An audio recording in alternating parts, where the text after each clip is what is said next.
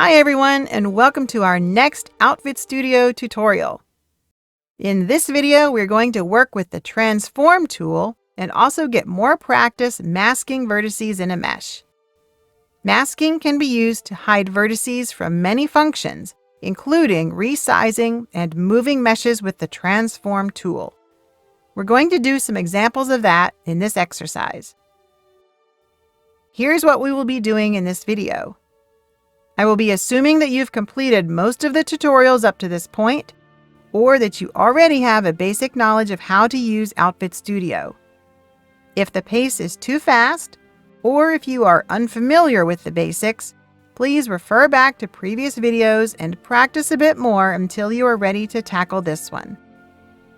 If you want to follow along, download and install the Simply for Practice mod that I made as a companion to this tutorial series. The link is in the description. For this example, we are going to work with the vanilla gemmed amulet.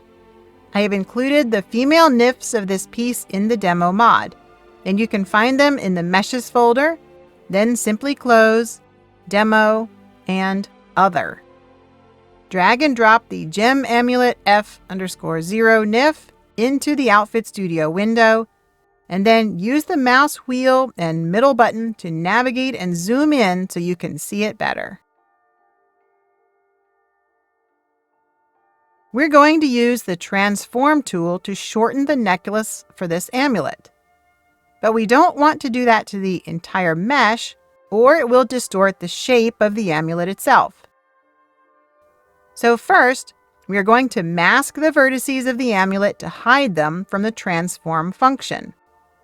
Select the masking tool, toggle the vertex button on, and then mask the amulet. I'm going to use a combination of clicking and hitting the Smart Select D key for this. If you don't already have it selected, click on the Transform tool. We're going to shorten the necklace by clicking and dragging the little green box of the tool.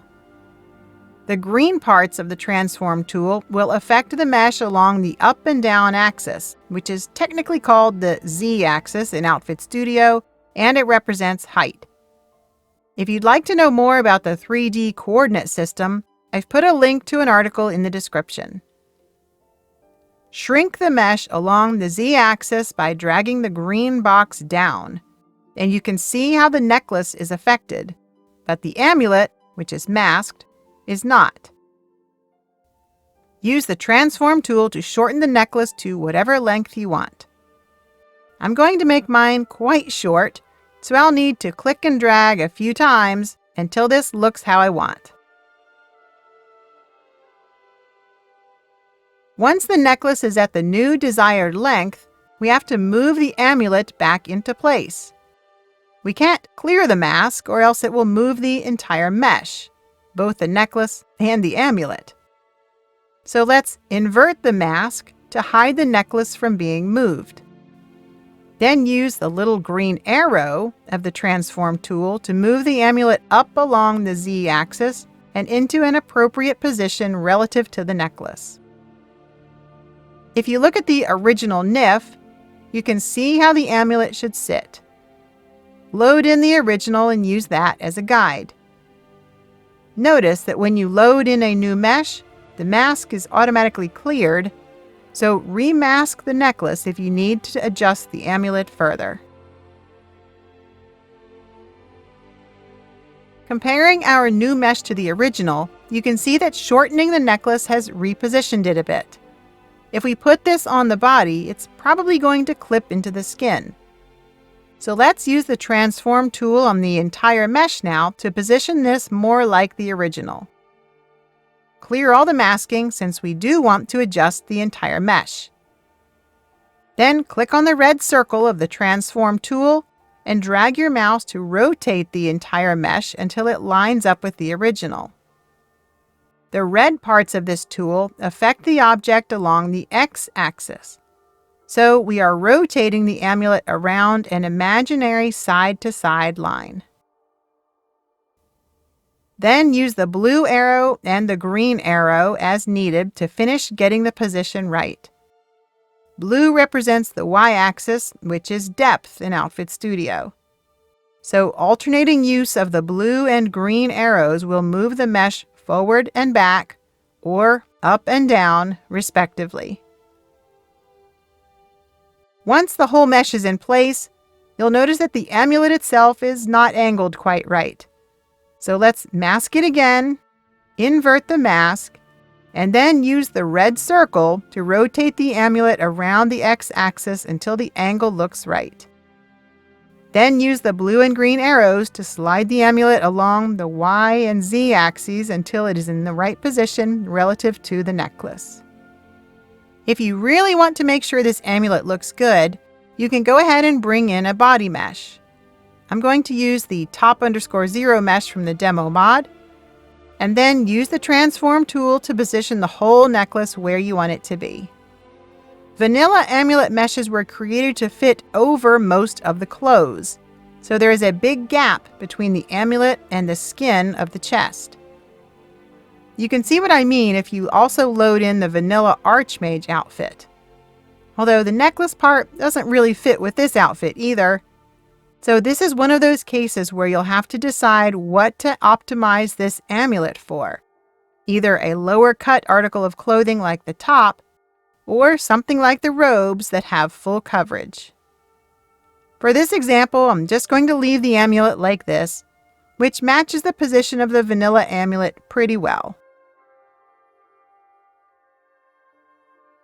Once you are happy with your new size 0 amulet, export just that mesh to a new NIF. I'm going to save mine in the demo mod, here in the Other folder, and call it New Gem Amulet F_0. Now we have to repeat the steps to make the shortened size 1 amulet. You can just keep going with all of the meshes in here, or you can clear Outfit Studio first by unloading the project, since we don't have any saved masks. Drag in the original Gem Amulet F_1 from the demo mod. First, mask the amulet itself to hide it from the transform function. Then, shorten the necklace along the z-axis using the little green box. You may want to use both the new size 0 amulet and the original size 1 mesh for reference, so load those in if you'd like.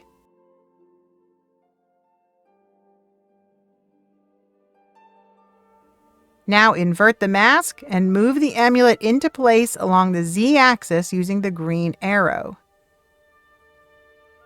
Then clear the masking and use the transform tool to position the mesh more closely to the size 1 original. First, rotate around the x-axis using the red circle. Then slide it forward or back along the y-axis with the blue arrow, and up or down along the z-axis with the green arrow. You can alternate masking and using the transform tool to continue making changes until you're happy with the results.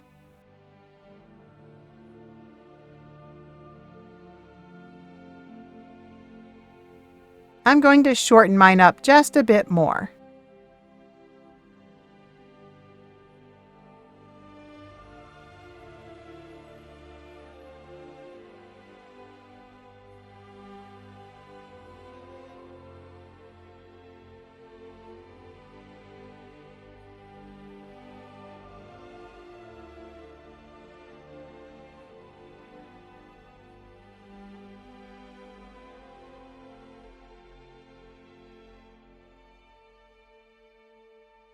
And if you want to see this on a body like we did for size 0, you can bring in the size 1 top NIF as a reference. Once you are done, export the size 1 NIF just like we did for the size 0 mesh. Be sure to give it the same name, just with _1 instead. Before we end for today, let's just quickly check both the NIFs in NifSkope to make sure things look right. Open both sizes of the new amulet and rotate around to see how they look. If you are wondering why the colors are different here in NifSkope versus Outfit Studio, It's because these amulet meshes use something called vertex colors. I'll admit that I don't fully understand that yet, so we're not going to talk about it right now. If anything doesn't look right on your amulets, head back into Outfit Studio and remake the NIF as needed. If everything looks good, just close out these NifSkope windows, and we're done for now. I'm hoping this short little project gave you some confidence with using the Transform tool, and has left you with some ideas for how you can use masking to help with your work. You can mask vertices from many, but not all, functions in Outfit Studio. And we'll keep learning more about this as we progress through the series. We are also going to come back and do some more work on this amulet in a future video, so you can leave it waiting right here in the demo mod. I don't have a record already made for this NIF in the ESP, so we can't easily put it in the game to test. We'll get there, but for now, I guess I'm adding a lesson in patience to this exercise. Thanks for watching and working along with me, and I'll see you again soon for the next video. Bye!